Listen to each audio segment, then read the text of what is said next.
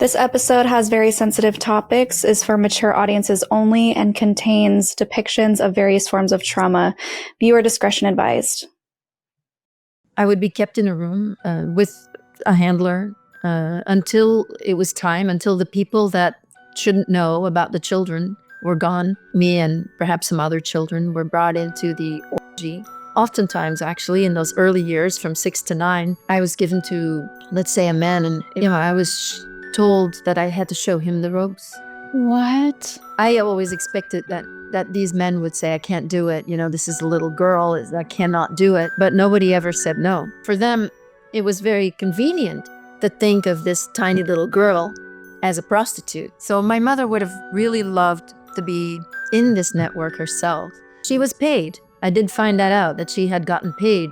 There were a lot of people from the nobility that were involved, also people in politics and business people, but generally the elite who were running the show. And then, there were a lot of people from all social classes that were involved in some way.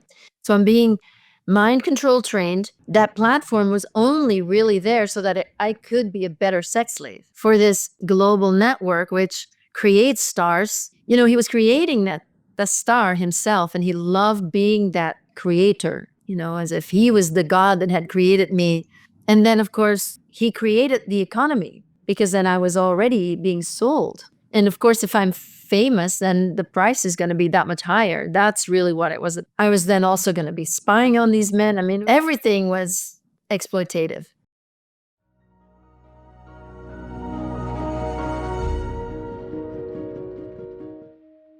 Hey, my name is Shalice Ansola, and this is Cults to Consciousness, where we discuss leaving high-demand religions or organizations and finding healing and independence through awareness and true individual sovereignty. If you're only listening and you prefer to see our faces, we would love it if you would go to YouTube at Cults to Consciousness. Joining in on the conversation is the best way to support the channel. It makes us feel supported. It makes our guests feel seen, appreciated, and heard and validated. And it just means so much to them that you would leave those kind words of encouragement for them in the comments. So today's guest, we were connected to her, and we're so excited to talk about her story. It is a harrowing one. Guys, this is a content warning. We will be talking about CSA, and we just want to make sure that you're comfortable proceeding listening. We will put in chapter marks if you want to skip around.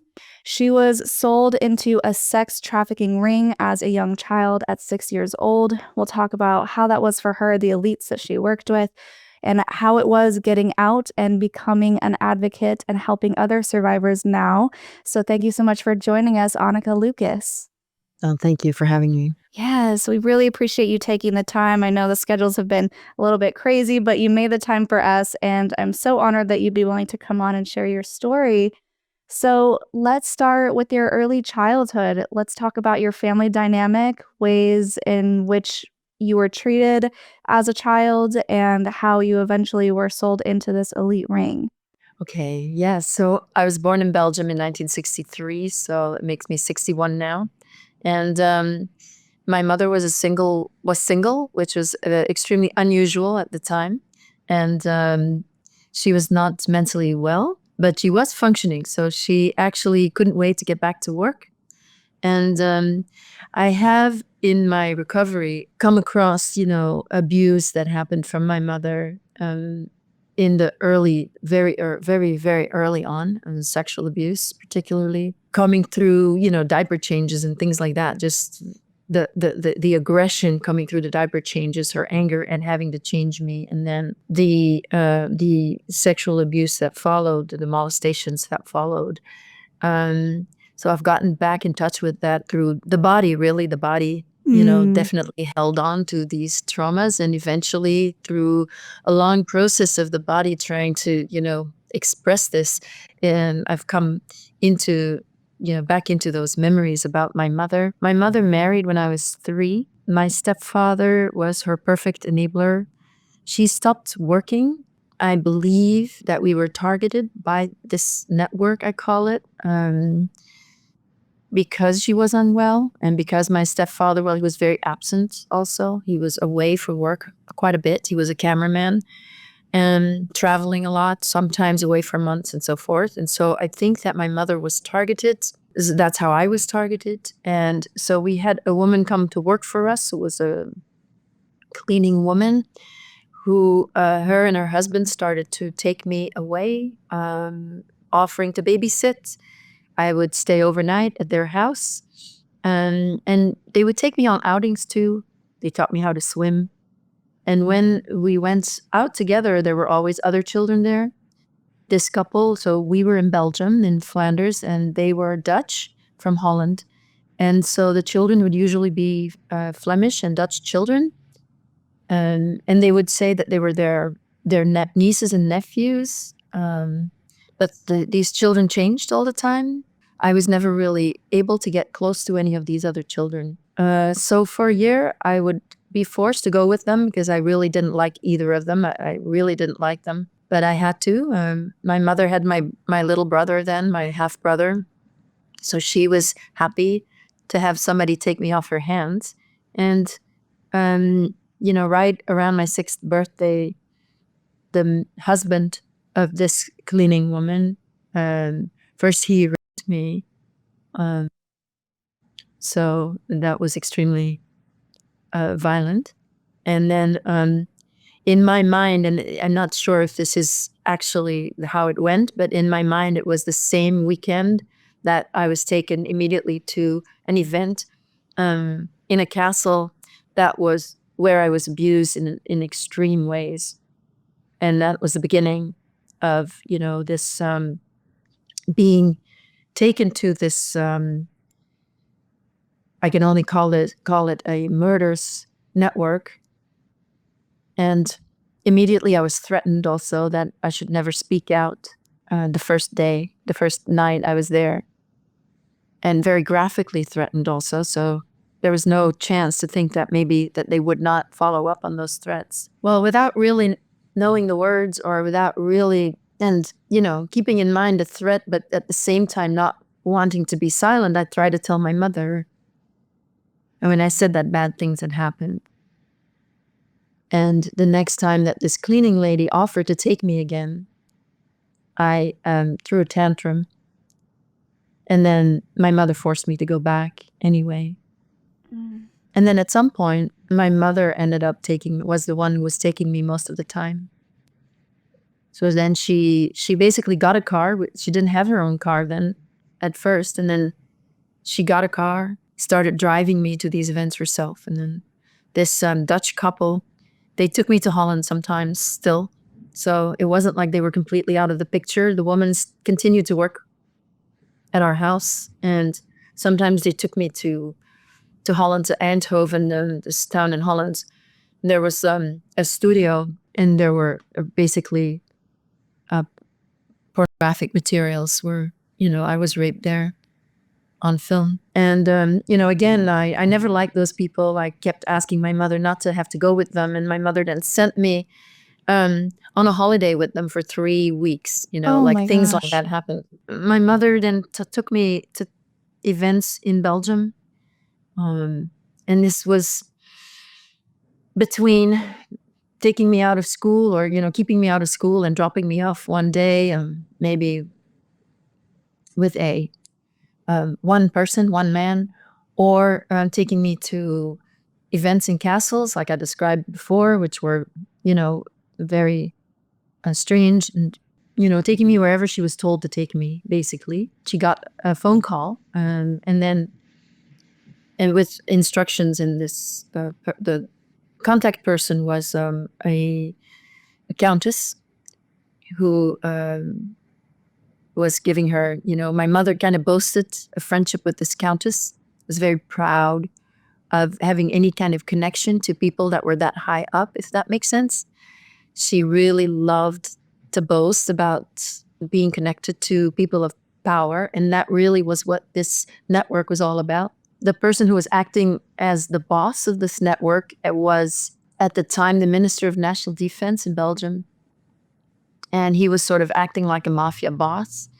And the way that I was used in those first years was mostly for blackmail purposes. So I would be given to people it would be an orgy. Again, it wasn't just like everything was just crazy right away. It was rather that I was often, for example, kept in a room separate from where the orgy was taking place, which if it was in a castle, it often was. There's a lot of castles in Belgium. And there were a lot of people from the nobility that were involved. And then it was the nobility, and then there were also people in politics and business people, but generally the elite who were running the show. And then, there were a lot of people from all social classes that were involved in some way. But I would be kept in a room with a handler until it was time, until the people that shouldn't know about the children were gone. And so sometimes for hours waiting, and then I was brought in, or me and perhaps some other children were brought into the orgy, which was then at the later stages, you could say. And then sometimes, well, oftentimes actually in those early years from 6 to 9, I was given to, let's say, a man, and it would be, I was told that I had to show him the ropes. So this was an adult man, and it was supposedly his first time. What? Yeah. Oh my gosh. And I believe that what they meant by that was that it was his first time with a very young child, because I can't imagine that someone who's never, who doesn't have any pedophilic tendencies, who just doesn't, would immediately, because I always expected that these men would say, I can't do it. This is a little girl. I cannot do it. But nobody ever said no. And of course, I figured out in my healing that there's this triage that happens all the time in this network. This is a very hierarchic club, exclusive club. And it works with blackmail, because it's the people that are the most ruthless and the most prone to just do anything at all. Those who will do anything to get the power, that get the power. And so they are blackmailed, but they're also rewarded. So if a man then has sex with a little girl 6 years old, and it's going to be filmed, at that moment he becomes the property, you could say, of the Minister of National Defense, who was running the show, who was twice prime minister also in Belgium. But he also will be rewarded with, some promotion, or, the people, these people they were in government, they were in the judiciary. So, I found out later who they were. And I was always stunned how easy it was to find my perpetrators. When I was a child, I didn't know anyone. Wow, Anneke. Wow, that is so much to take in. That is so much for a child. I mean, I honestly just have no words for how horrific that is, and what you must have gone through, and what you've had to recover from, and the bravery of deciding to speak out and to talk about this to help other people is incredible. So I just have to thank you for sharing all of that, first of all. I'm wondering if, as a child, did you have comfortable means in your home? Were you aware of the elite versus what you had at home? Did things start to shift at home based on what your mom was getting in return for this? Now, that's a good question, because actually not necessarily. My stepfather was not poor at all. So we were not poor. But both my stepfather and my mother came from working class families. So both of them had gone through the Second World War, and they came from working class families, which was really poor, in that time, in that place. Neither of them had an education, but both of them really liked money. And so we were very comfortable. We had like a regular size house, but it was, my stepfather had built it, or at least, he had paid to get it built and everything. And that was a big accomplishment. My mother was paid. So my mother would have really loved to be in this network herself. But because of her mental illness, and because of the way that she presented, it was almost as if she was too eager. So she wouldn't have been able to really keep the secret very well, because she was so enthusiastic. And she was so enthusiastic also in her revenge towards me. Like, she just wanted to see me in pain. So she had no shame and she had no boundaries.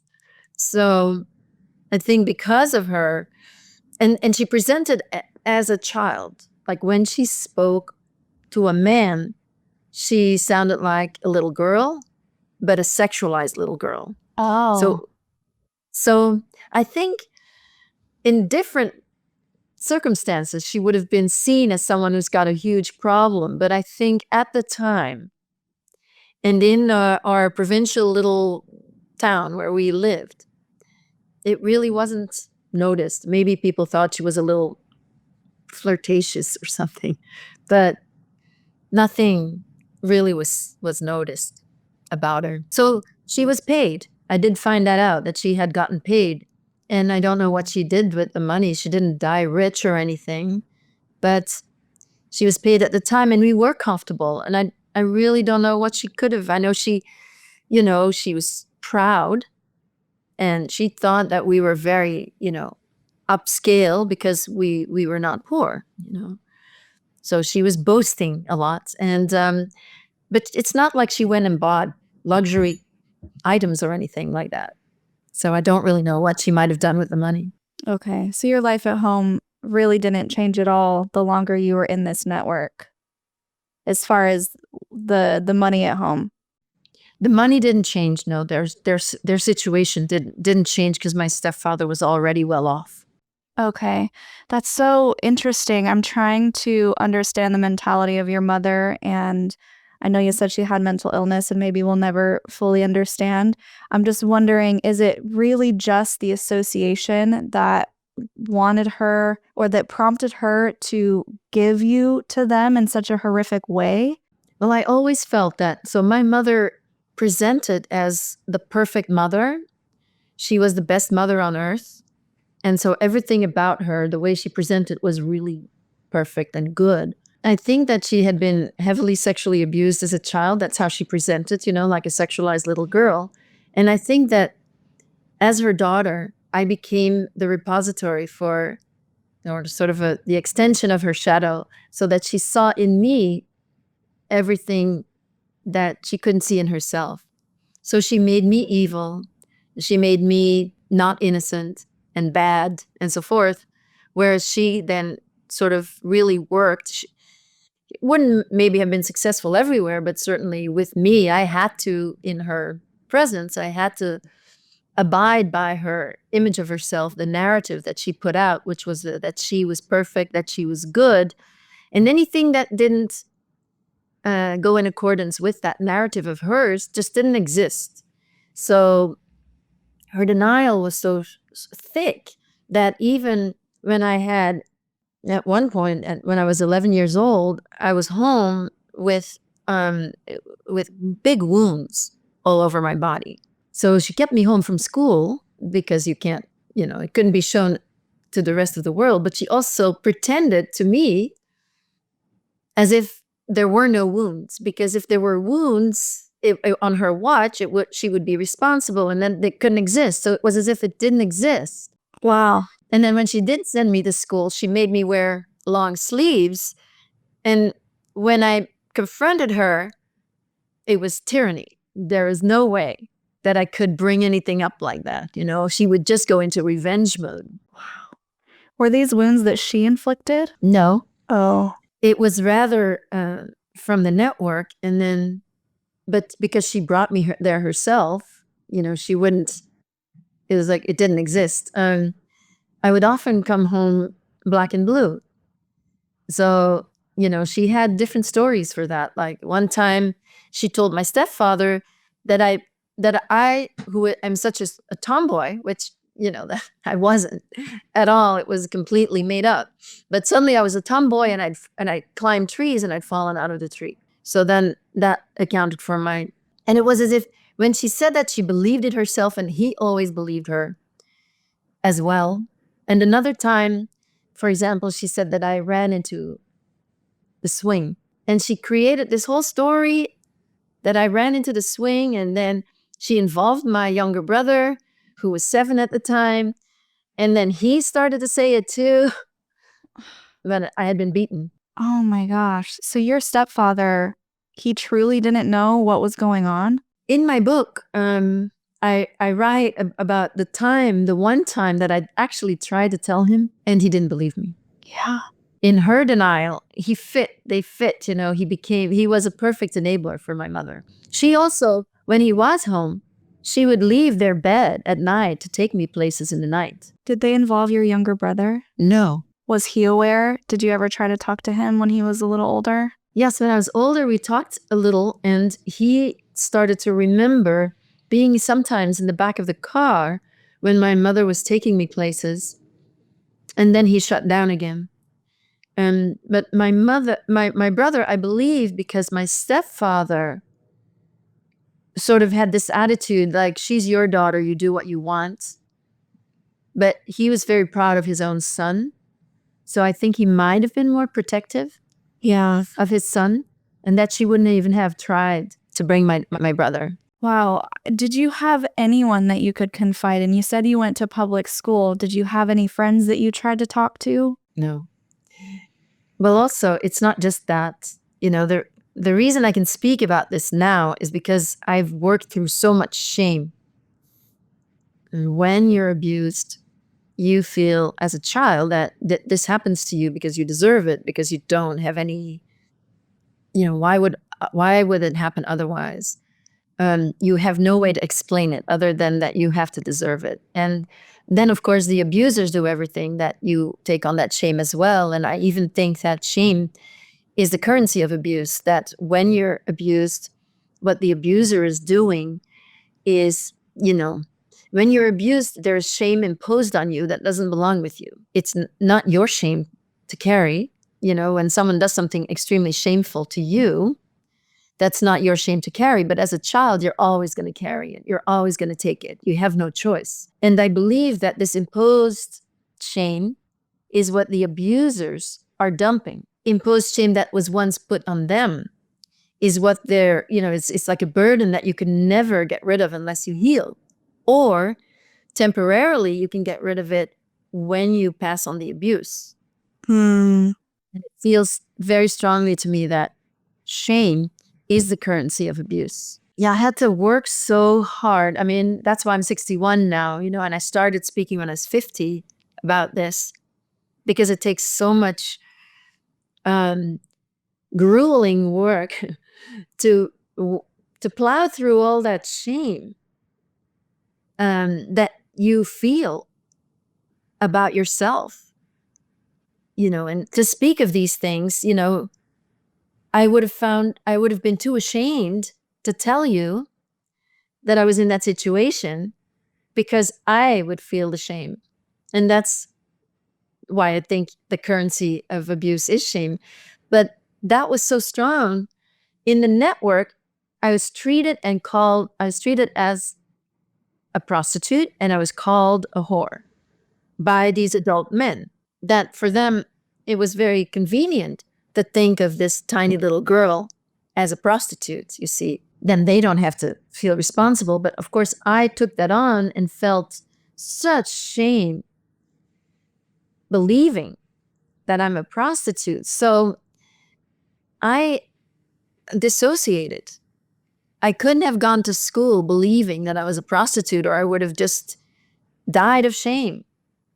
So I was dissociated anyway. I mean, there were a lot of things that were done on purpose also to dissociate me. And then trauma is in itself a way to create dissociation. And then in this network, they also, in the first 3 years, I was traumatized absolutely, and I dissociated.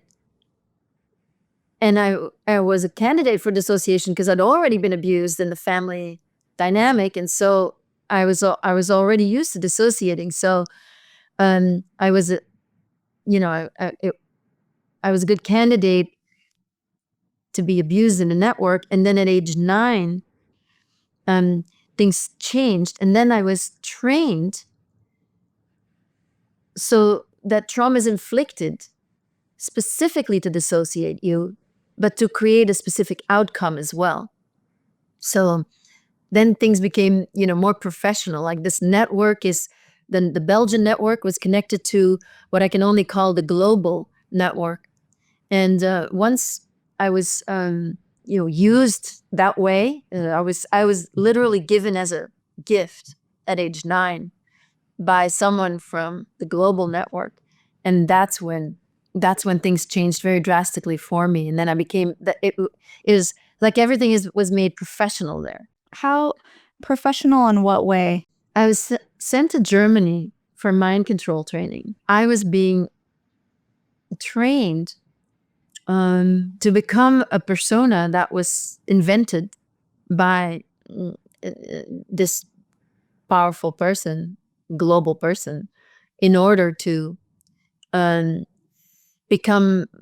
I was supposed to become a starlet in France. That was the plan. And for that, the mind control used torture tactics. It was a German doctor, Nazi, a former Nazi, um, who purposely dissociated my mind. And we're not talking about sexual abuse now, we're talking about other torture practices, so that I would not only dissociate, but then these instinctive reactions to trauma would then be used to create certain outcomes. So they break you open, really. They break you open, and it brings out your special gifts, it brings out your talents, it brings out your psychic abilities, so the torture is directed, and it is a science that clearly they knew very well, because I know one thing is that there was no experimentation done in these years from 9 to 10. Actually, it was 1 year that I went through that. There was no experimentation done, but it was all based in trauma, causing trauma in order to create a certain result. That worked really well. I could observe myself change. It was very strange. Wow. Would you be able to give us an example of that? I'm trying to wrap my brain around exactly what happened, but of course, if you're not comfortable, that's okay. No, I can, yeah. All right. So one example was that I was chained to a chair, and I had something on my face that forced my eyes open. And then I was forced to watch films. And the films showed, a man, a face of a man. And then you see you see this man engaging in some perverse sexual activity. And then another man, and that man engages in another perverse sexual activity, and so forth. I was shown the face of a man, another man, and then I was made to guess what this man liked sexually, because I'd been shown these videos or this film, and then say that I didn't know, because I actually have found a way to sort of go blank, so that I wouldn't have to see the traumatic events that were playing out on the screen, which was with real people, So it was very traumatizing, these films. So I'd actually found a way to, even though my eyes were forced open, I was sort of not really seeing it. So I couldn't answer the question. I didn't know. So then I was strangled, and I was strangled so long that my consciousness left my body. And this doctor knew exactly how long he could strangle me without me dying, apparently. He seemed to be an expert at this. And then I realized that because he had strangled me, it was not just punishment for not knowing the answer, but also because of these near-death experiences that were happening, I became more intuitive. And that also then helped me to understand what a man likes sexually. So I realized it's very directed, it's both punishment, but it's also training. So I was able to, tell what men like sexually more and more based on their face. Well, I couldn't say exactly how I know it, but sometimes I still am struck with seeing exactly by the face of a man what he likes sexually, especially if it's perverse. You're 9 when this is happening? Yeah. So I'm being mind control trained as a sex slave, and the fame, whatever the in France, the singing, that platform was only really there so that I could be a better sex slave for this global network, which creates stars in my case, I was going to be a created star, but I was going to be a sex slave, so he could basically traffic me and sell me to powerful men. And the platform was to attract those men. So you were performing as a singer to attract men? Well, I never got that far because I did have one performance and I was trained, all year. The summer of 72, I spent basically 2 months training. Afterwards, I was taken to Germany a lot to either be deployed, you could say, with men, with powerful men, or to get more training. And then I was also sent to France for training there. And in France, I was receiving the artistic training, but it's all sexualized. So I was receiving lessons from someone who's actually famous in France, famous singer, composer. Like he would be playing the piano, but then he would have me sing, and then he would also molest me. Oh, so that my voice would change. This must have been so confusing for you as a child. Your reality being so twisted, so hypersexualized and abused simultaneously. I mean, I can just imagine you must have been so split in your personality, dissociated so much that you're just not even there. Exactly. I wasn't there. I became that persona and I didn't know that it was wrong. And, after that mind control training in Germany, which was in Heidelberg, so that's like 72, I was 9 years old. And after the summer, on the one hand, I felt better because this persona was getting attention and was getting praise. The first 3 years, I wasn't really getting that at all. I was being treated really badly all the time.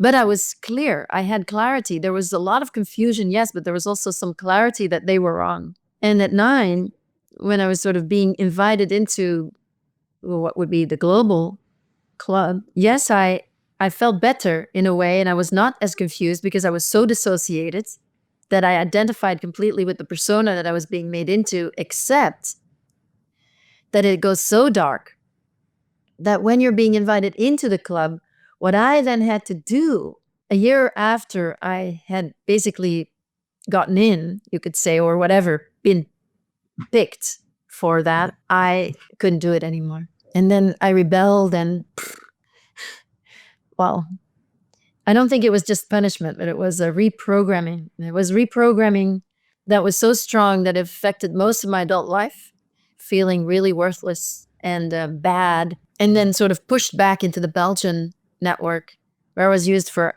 1 more year. Wow. Yeah, they would have had to go to extreme measures to keep you under control as you were getting older and starting to, I don't know, maybe realize you had a little bit more say or push back because you're a child and children do that naturally. I mean, there's so many layers here because you have the mind control, you have just being a kid, but then this has also been happening since you were so young. So how much of you is really there? How much of your will has survived all of this? Wow, it's a lot to unpack. And what you're saying is crucial. How much of you has survived and how much of your will has survived. That's exactly it. That's what it's about. In the mind control training, so I was losing myself completely and I felt that. And that feels like losing your soul. I mostly identified with this persona that they were creating. That is not me. One of the things that was happening, so this chair that I was chained to, I was in that chair quite a bit. And it flipped back. So I was sort of, lying, but with my legs up a little bit, right? It's like a chair that is tilted back. And so I'm like that. And then the handlers were above my face screaming that I am a whore. During that week of what I described, this sex slave training, to be able to spot what a man likes without him even knowing it. So to be able to service him directly or to leave him, or, that's why that was. Then in that week, I was being screamed at that I was a whore. Du bist eine Hure. That was, and so I had this tiny rebellion inside of me. It's like a little thread going like, I am me, And really that was the only thing that I had left over which was this very panicked, very scared little like, no, because it's mind control. It's like they take your mind, you become a complete vessel for them. And there's really, if you're not careful, there's nothing left of you. And the thing that brings you back is exactly what you say, it's the will. So after a year of that mind control training, I did not give my will anymore. And the first time I rebelled a little bit, it was completely done. Wow, I want to hear about that moment if you're willing to share. I would love to hear the second that you realized you could push back, and you did. Well, I was made to do to be part of this exclusive club, you have to do things that you're not necessarily willing to do at all. And because it's satanic, these people worship Lucifer. So I was prepared for a whole year to become part of it. But what you have to be willing to do to be part of it is I was just not willing. So I basically said a very small no to that after the fact. Like I had been trained, and so I knew the training is extremely sick, and it's also extremely precise in that it is so that if you would say no, which I did in the beginning of the training. Of course, I said, no, I'm not doing this because you don't want to ever do harm. But then you're made to regret that and made to feel really guilty for anything that happens because you said no. So you end up feeling more shame and more guilt. So then in my case, I was trained to, so that I would then do it myself, because it would be more merciful if I did it. So then I'm doing harm out of mercy. And that was the training. So I knew from having been trained that way that there was never any point in not doing what I was told to do. And I was also very much told that I should always obey. To obey is like the key thing about mind control. You have to obey. If you don't obey, then you're useless to this network. So I rebelled afterwards. And the moment I said something, and it was rather small, this my owner, you could say, immediately turned, shifted completely from being very happy to be this man behind the scenes of this what would be a star, and he was creating the star himself, and he loved being that creator, as if I was completely his creation, as if he was the God that had created me. And then, of course, he created the economy, because then I was already being sold to a famous and powerful man. And of course, if I'm famous, then the price is going to be that much higher. That's really what it was. So that's one aspect, is the monetary aspect is not to be dismissed, because, I was then also going to be spying on these men. I mean, it was everything was exploitative, but he was very proud to be that person. And he loved being that man behind the scenes. And so being a pedophile, he was sort of happy being around me and being that person, creating that persona.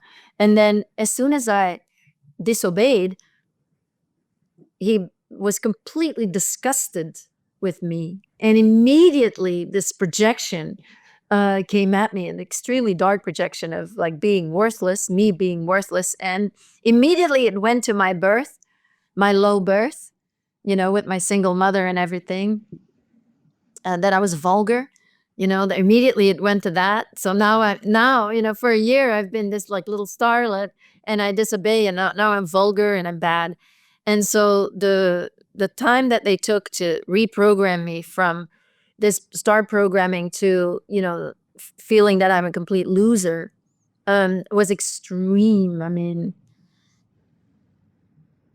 I was turned into a cage, as humiliated, like beyond.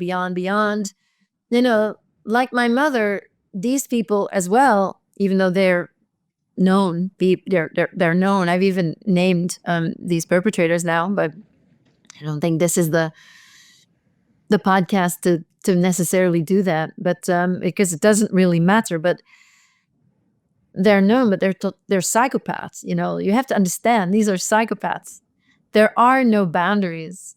So people that have gone that route, that have given their will to Satan, because this is, you said the word will. Well, I was made to give my will at age 9 when I was invited in. I was made to give my will. And a year later, I did not give my will, and it was all over. So even for a child, you have to give your will. And then, of course, that continues. The only problem is that the deeper that you are in, the harder it is to stop giving your will, because then they have all this material on you. And I'm lucky that I was a child when I stopped giving my will, because the things that I did, that I was forced to do because of them, that are definitely incriminating for an adult. And of course, you continue to do incriminating things. That was the whole system, is based on blackmail and having stuff on somebody else in order to be part of the club. You do horrible things, you're blackmailed, and you get rewarded. And so I've seen that with other people, not with my family, because in this network, it sort of depends on what you want. My mother didn't herself want a lot of power. My mother just really wanted to brag about knowing powerful people, and she was never invited in. Yes, she got paid. I found that out, but I don't know how much. And For a lot of these people that are providers like that, for a lot of the people that are the pimps for the network, providing the children, they're pedophiles themselves, and so they get protected from the law, and that's enough. They don't need anything else. They're not going to get caught for their crimes. So it's mostly, that's how it works. It's if you want power, certainly you'll be put to the test, and the more ruthless you are, the more material they will have on you, and the more you will be rewarded. And so I've seen people's careers shoot up, and that was the idea for me as well, that I would have a career. I mean, I was told about it, I was described it in detail as a 9-year-old, what my life would be like, and very glamorous, very enticing, certainly. yeah. A lot to say no to, but it's always at a price. Mm-hmm. The corruption here is almost immeasurable. And what you're describing sounds very much like what people talk about the Hollywood Illuminati being, which I have no connection or understanding or any sort of valid information on that, but it feels very similar. And I'm wondering, you said they're Satan worshipers, did it feel like an occult? Did it feel very religious in that sense? Yes, and it's interesting because the first 3 years, no. The first 3 years, it was this club where the Minister of National Defense, who was the boss there, he was running it like a mafia boss. And he himself came from a butcher. He was a butcher. He started out as a butcher, and he did not believe in Luciferianism at all. But he did the same things. They were same psychopath, doing anything and everything to get power. Yes. But he set up a ritual for the man that ended up taking me over, because he was like a believing Satanist. And so when he was my handler, and I was taken to the United States, I was taken to Germany and France and Italy, that was a religion. And there was a gathering in Italy, that gathering lasted 1 week. It was the week before April 30th, which is an important day in Satanism. And in that week, there were these horrible things happening all the time, but it was religious, and you could feel the things that were happening were horrible. You could call it orgies. The only thing that I've ever seen, that I've read, that comes close would be a Dionysian orgy. And I guess Dionysius is an important god for Satanists as well, where the frenzy builds. Drugs everywhere. It seems to me that there's a lot of people that could never do this if they were not completely high and drunk. That they're weak. They're weak-willed. And so they've gone along. And then you get the rewards, and so the more rewards you get, the harder it is to let go of. And the danger, and then it also becomes dangerous because then, it's going to be used against you. But it was religious. I've recognized a lot of people from that week that were at the time either, they were royals, they were celebrities, there were a lot of singers actually, there were a lot of performers. And because I was going to be one, so they actually got a lot of singers together that were famous at that time in 1972, but also politicians and also business people. People would come and go. Over the course of that week, people came and went, and it was definitely religious, and it is definitely a cult. Yeah. So as a child, this being your reality, something that you were injected into, brainwashed into being a part of, did you embrace any of the religious side of it at all? Did you start to feel like you needed to worship Satan yourself? No, that's a good question. Thanks for asking that question. Well, I know a lot of times when people grow up in cults, they don't even have the idea to question it at all because that's just their reality. That's what they were born and raised with. So I just wondered if that was also just part of your reality and something that you held on to, but you're saying no, that's not the case. Well, it would have been, except I started out as a child knowing that all of this was wrong. And then I was mind control trained and I kind of lost that sense, but I was just trying to hold on to that core part of me that was just really not okay with any of it. Yeah. I also was receiving experiences to help me get back to myself, my true self, which is not the body, but is, where the will comes from, is from our light, from our true self, which is beyond the body. So knowing yourself as light, that rebellion is like, that was the no to all of it.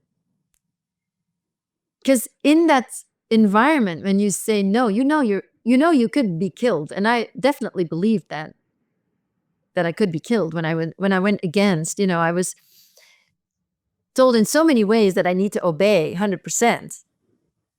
So that little part of me was never on board. And I was also very aware that during these festivities, these horrific festivities, that I was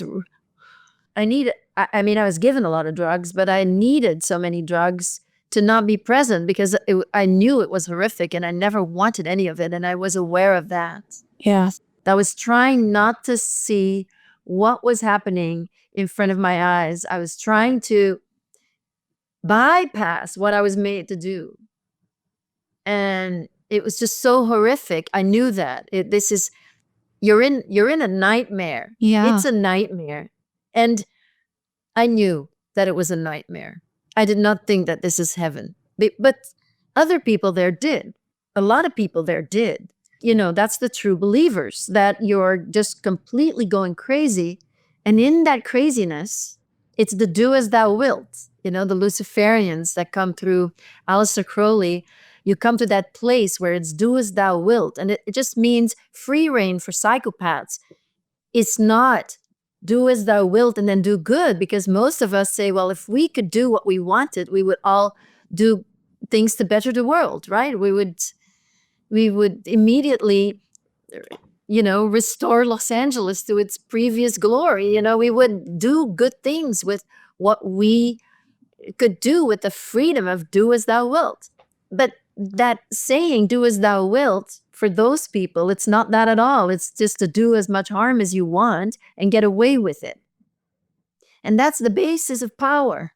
Do what you want that is wrong. That is to say, don't heal your trauma, but instead go and put that shame off you all the time, more and more and more, in more extreme ways, and to more and more people, and get away with it. So you can indulge in any bad habit that you want, and no one will know but you and no one will know but the other people that are doing the same thing, that are in the same secret club. In those orgies, they did have a religious experience. And I think it was the high, that of course also drug induced, but also the high of togetherness. There's something that feels like it's a higher purpose. It is for Satan, but it feels it for those people that would be the higher purpose. Yeah. I have to ask because anytime we bring up Satanists or the typical cult, like exactly what you're mentioning, I tend to get comments of people saying actual Satanists are good and they have this set of rules to do no harm and everything. I'm wondering if you ever in your later years looked into Satanism to get some answers from your past, if you found that branch of Satanism that is just people doing their thing and worshiping someone other than God, but not harming others. Does that exist? Of course it exists, but it's like with anything. I work with survivors like myself all day long.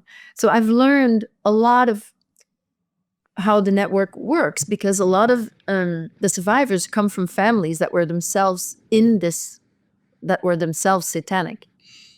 And like any club, a lot of the people came through the Freemasons as well. And then others come through, maybe through the satanic religion, but not as much, because it's rather that any club has lots and lots of members that front for what is actually happening at the very top, which is completely secret.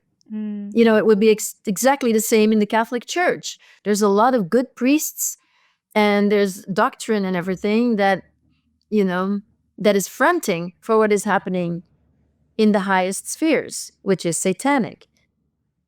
It's the same with Freemasonry. There's a lot of people that are doing really good work. Any club, almost any club, when you get to the top of the club, you don't know what's happening there because it's by invitation. And that is the case in the satanic religion, that the top levels you can only enter by invitation. And that is something to be questioned. Why? Because in Freemasonry, you can be a 32nd degree Mason for your whole life and never enter the 33rd degree because you don't understand what it's really about, because you're sincere.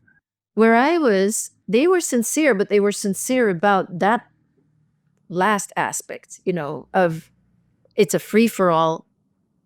And it's, of course, completely destructive, but that is how we gain our worldly power. And we have accepted that and we give ourselves over. And then it includes, of course, giving yourself over to dark entities and so forth. So Satanists have done a great job to create really, really, really good fronts. And that is the whole of satanic churches of actually appealing to a lot of atheists. People who are atheistic are drawn to the satanic church. There's even children's programs and everything. And most likely, again, the sincere members are needed to hide what happens at the top levels that they themselves are not aware of. That makes a lot of sense. Thank you for explaining that. Were you ever sent to Los Angeles or to the States for this work in this network? I was in New York and I was in DC. I was never sent to Los Angeles in a network context, no. So no experience in Hollywood. I was mostly around New York. I was taken to Maine also.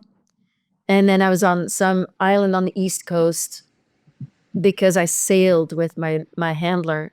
He had a sailboat, so we sailed the East Coast.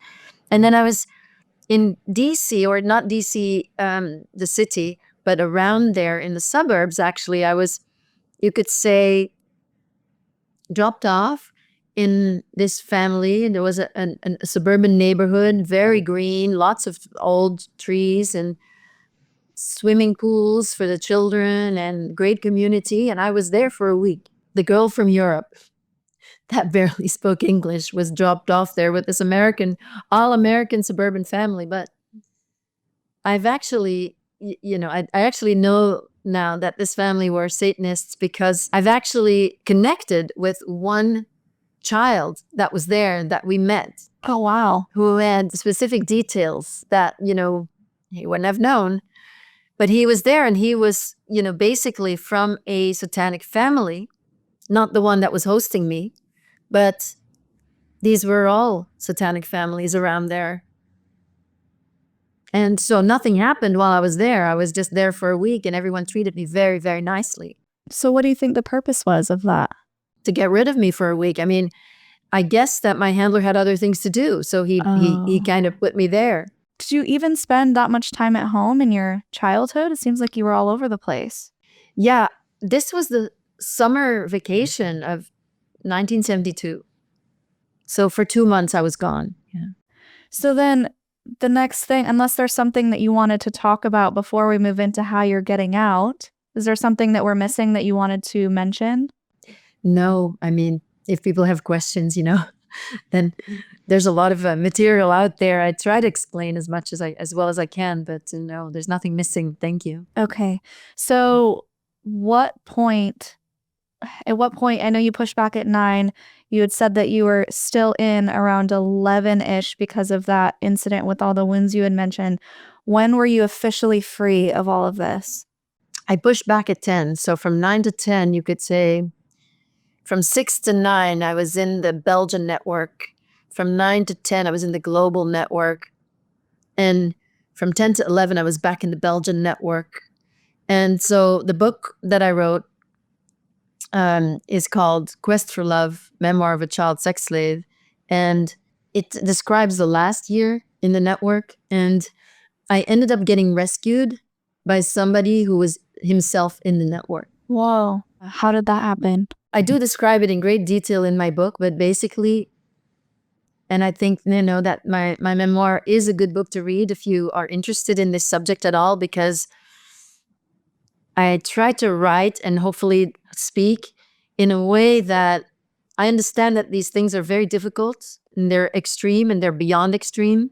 And it's not something that I really would want to be talking about, from an ego place at all. I would rather focus on spirituality and beautiful things, because there's a lot of beauty, and I hope that my writing has the depth and beauty to offset the horror, because the horror is real, and then the spirituality brings you in the beauty, because it is real in the relative sense. It is absolutely real. But the spirituality brings, for me, has brought, the whole healing journey, which is the decades, decades and decades of work, has brought the purpose. And that may sound tricky to be speaking about a purpose when something so horrific happens. And, obviously no child deserves ever to go through anything like it. And we just want children to never have to go through anything like that ever. And yet I feel it's important that we open our eyes to this reality. In the media, my story is presented as a conspiracy theory. And that would be very convenient for the perpetrators, obviously, if we believe that. But my story is testimony. And, that's it. I'm testifying about what happened to me, something I really rather would not do. But that's my life, that's been my life, and I've accepted it. And really, I've embraced it. And now I know that this is my best life. This is my best life. And on some level I do want it, but I would rather speak about beautiful things and spiritual things and maybe be a philosopher or something, rather than try to explain what drives pedophiles, Yeah. or that some of the most famous elitists of our world are actually Satanists and are doing crazy things behind the scenes that we cannot even imagine. I'd rather not expose anyone either, because I feel the focus when you're starting to expose is not on the issue. The only reason I would want to name names is because I don't like the idea of speaking about something that is the worst thing that someone has done in their life, and that takes away the rest of their humanity. But it is important to name these names, because these are people, okay, a lot of them have very good reputations, which they pay for, that's all it's all, curation of, an image. And they're really, really good at that. And it's important to shatter that image that it's not all, these people are not all perfect at all. And in fact, they're hiding, behind this image. So for the sake of the truth, I think it's important to name names. But other than that, I'd rather stay away from it, because it's more important for me to offer some kind of explanation of the reality of this, that they can be accepted, because I think it is important for us to move forward, that we understand that this is a reality where, it's not just greed and corruption. The greed and corruption are side effects of that. And of course, everything is affected by this. Some people just need everything and they're completely mentally ill, but they're very, very smart. But they're emotionally completely sick. So how are we gonna, if we're gonna follow them, and try to be like them, then we're gonna fall. It doesn't work. They do not have any wisdom. So it's like the whole paradigm needs to shift, because the paradigm as it is we're there's a power structure that's not working. It's not working. And so how do we empower ourselves?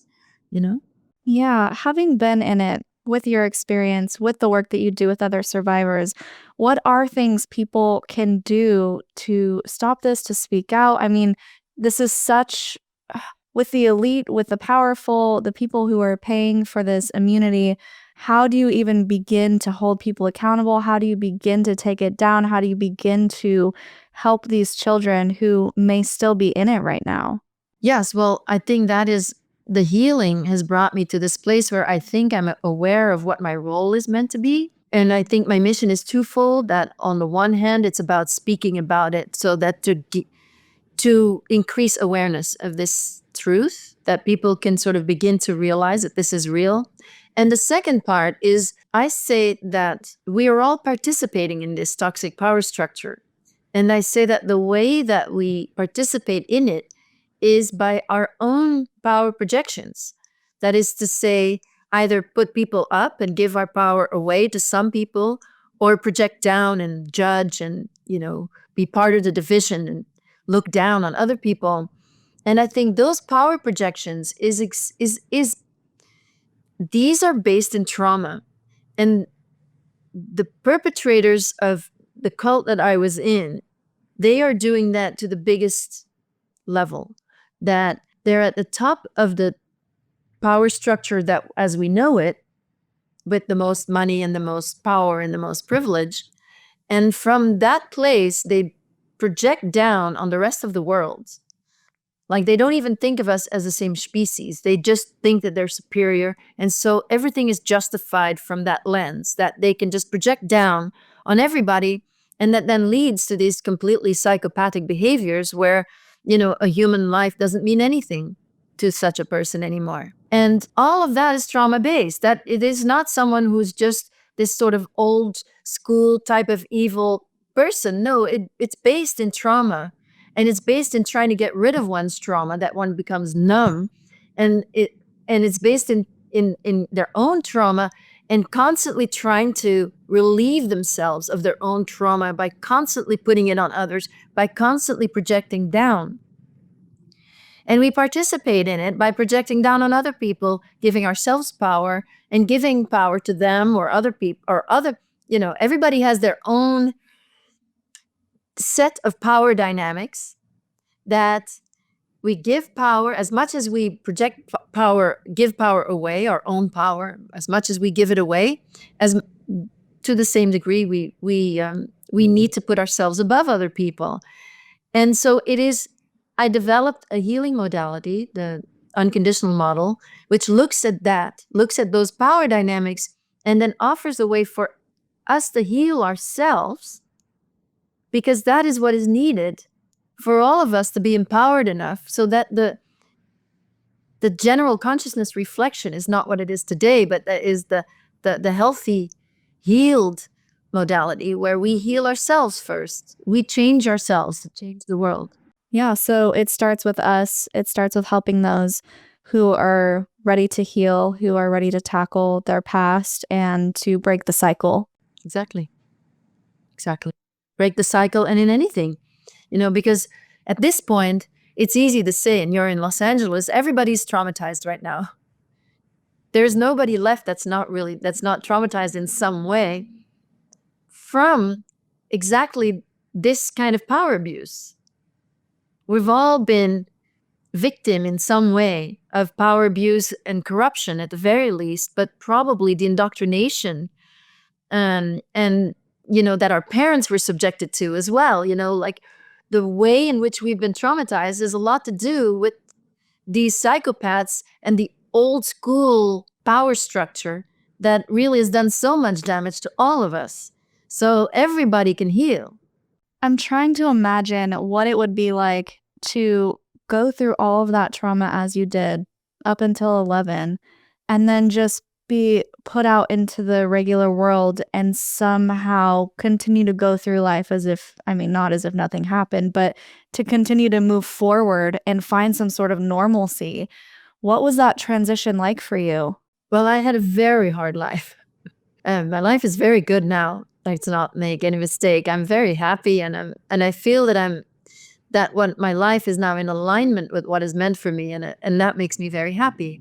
And it's also all about service.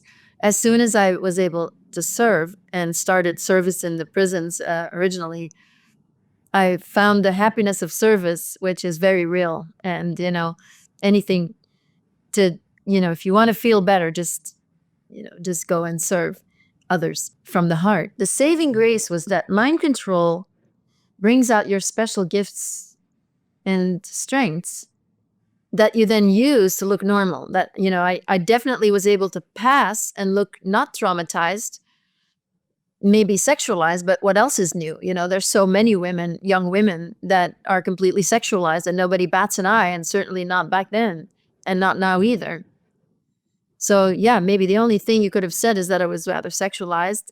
I could only feel comfortable one-on-one with a man, and every other situation I was extremely, a lot of shame and guilt and very uncomfortable all the time. But the person who rescued me in the network gave me instructions for life. Clearly a divine moment. But I listened to them, and that really saved me from prostitution. It saved me from drug use and drug abuse.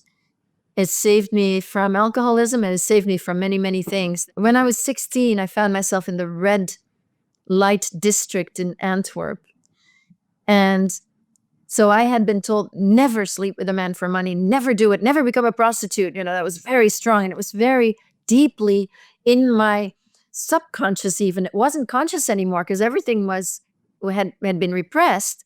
But I knew no. So I was there.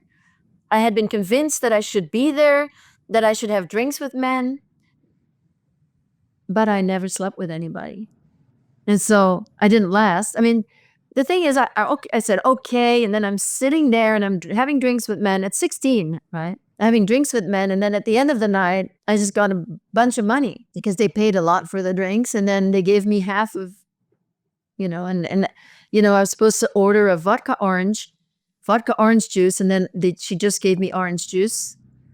And, he paid a lot for the drinks, and then I got half. And then I felt the money was dirty already, even just from sitting and drinking with men. But mostly, of course, a lot of these men wanted to sleep with me, and I didn't. So I couldn't last very long. These instructions really were very important, because obviously if I would have, then I would have gotten lost in that very quickly, and lost my life probably very quickly as well, in that kind of environment. The same with drugs, and same with everything else. And I had also been told to go to Paris, London, and New York. And then I lived in those places, ending in New York. And I was also told a profile of the man I should marry, which I also did. Oh my gosh. How old were you when you married him? 30. Wow. So how did this person know all of this? These instructions, what kind of things did it say? Obviously, don't sell yourself for sex, don't get into drugs and alcohol. But real world stuff, like go open a bank account, or? No, not that. Okay. Not that. He also didn't say that I should study, which I did do. Uh-huh. But he said, you have to marry, you have to find yourself a man. So this was very wise. He was only 21 years old when he said this. This was a gangster. He said, you have to marry somebody, not an older man who's made his own fortune, but a man your age who comes from a wealthy family, preferably a family of New York bankers. Interesting. He was thinking of the family of my main handler, who was a New York banker. He was thinking of that family, but I didn't know that. And I did marry the son of New York bankers. Wow, that's so interesting that he gave you all of that information and that it seemingly worked out well enough for you to get on your feet and kind of figure out where to go from there. So, when did you decide to really start processing this, or were you forced into processing it? Did your body tell you or give you all of the signs of, okay, it's time to deconstruct, it's time to work through this? I had no body awareness at all. It was like everything under here was completely, there was no awareness. It was a complete split. And it was really yoga that brought me back into my body later. But I did start getting flashbacks in my 20s. And they were violent. They were followed with suicidal thoughts, often programmed, some of them programmed also. And I didn't know what to do with it because I didn't want to believe it.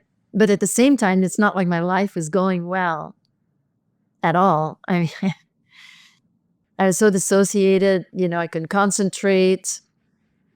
I would get menial jobs because I would be interviewed by the man who was hiring. And, I was only okay with one-on-one with men. And so I would be hired, but I was no good at the work. And then I would get fired also after a little while.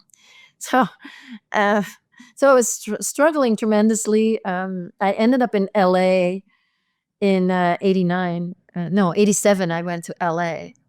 Very confused. I was attracting older industry guys, film industry guys that wanted to marry me because I was already in my 20s. So it seemed like I was already kind of older. So again, only comfortable one-on-one with a man, but anything else, I just had no, it's like I had no compass. I didn't know who I was or what I wanted. I had no idea. I would just end up in bed with certain men and not with others. And just no rhyme or reason to anything, except that everything that was happening was some kind of what I call a trauma loop, emotionally repeating things from childhood, one after the other. When I was getting these flashbacks, I started therapy in 88 in LA, and immediately something became clear. And when that happened, I got this like, oh, this is the first thing that is true. This is the first time that I feel like this is truth. And then I actually cried for 3 weeks. I was in grief. I was just thrown in grief. But even though I felt the victimization and I felt the pain and the grief, I was receiving insights, and I wanted the wisdom. I wanted the understanding, and that kept me going. And of course, had I known what I was getting into, I would have never, I would have never had that life had I known, because it was so long and so painful. And, it took 10 years to find a therapist that I could work with. Really. I mean, I was working with therapists, but they could help me with the sexual abuse. They could help me with, incest, but they could not help me with any of the flashbacks I was getting because they weren't open for that. In 96, the Dutroux case in Belgium helped me to realize that these flashbacks could have their reality in that network that was being talked about on the news. And then I found a therapist in 97, finally. I moved back to New York, and the therapist I found that after a long search, by the way, that therapist could help me. And she did not know anything about this.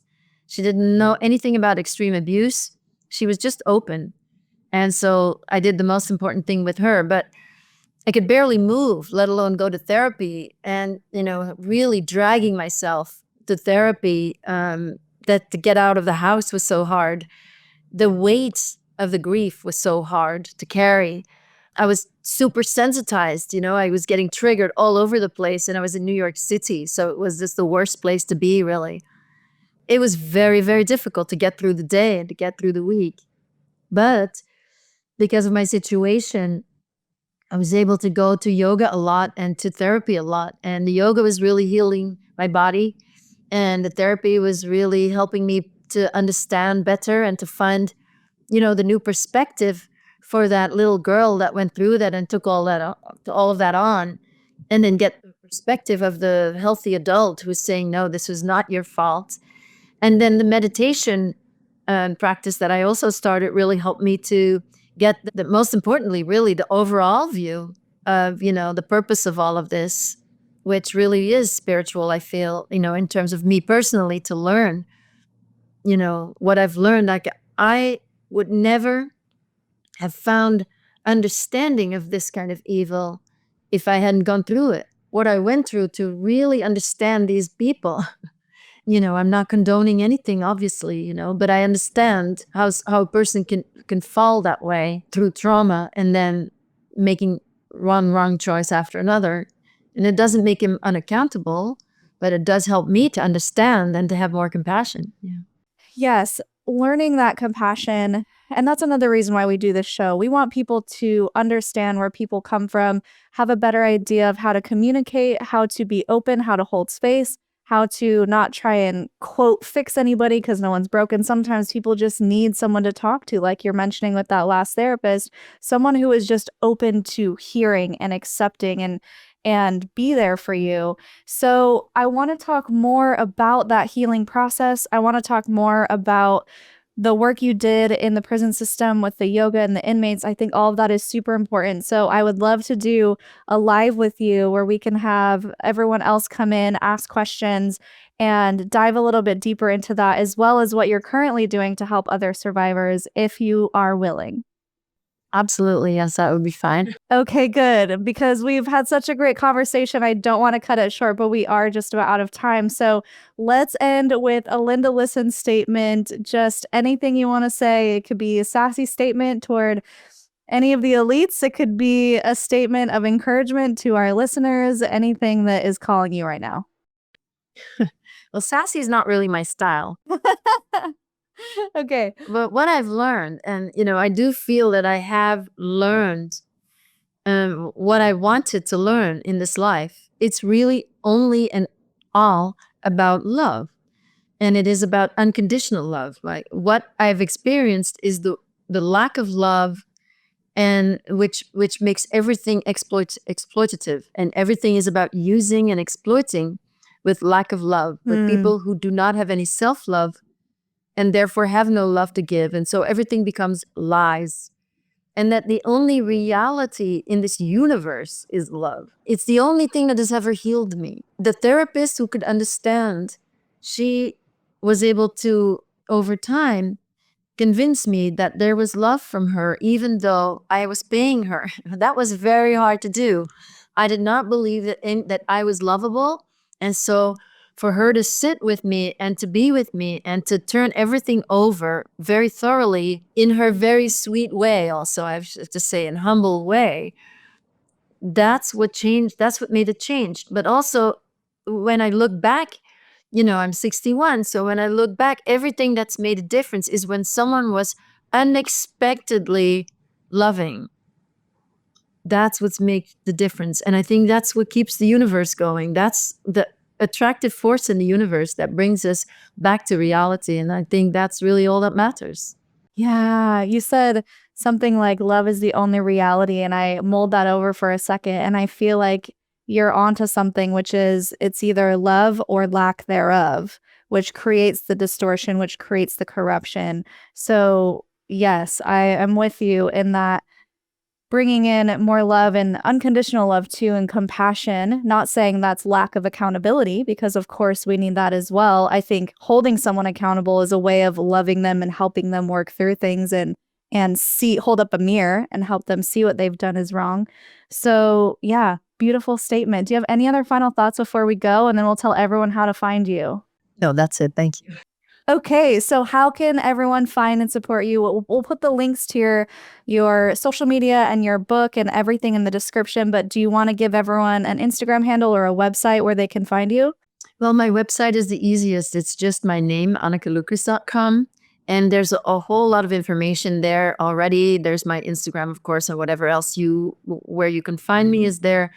And also resources for survivors.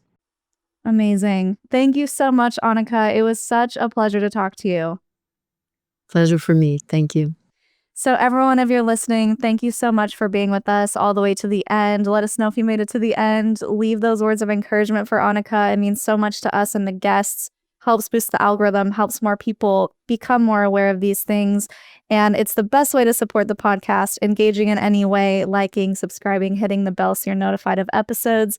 And if you want to support further, we do have a Patreon, patreon.com/cults2consciousness. We have merch at cults2consciousness.com. And we're also hosting a trip to Mexico, the coast of Mexico. If you're interested in coming with us, this will be our second official C2C vacation. It's going to be so much fun, island hopping, snorkeling, just adventuring, relaxing, hanging out together. And if you like this episode, I'll link 2 more down here below. And until next time, follow your highest excitement, be conscious, and be well.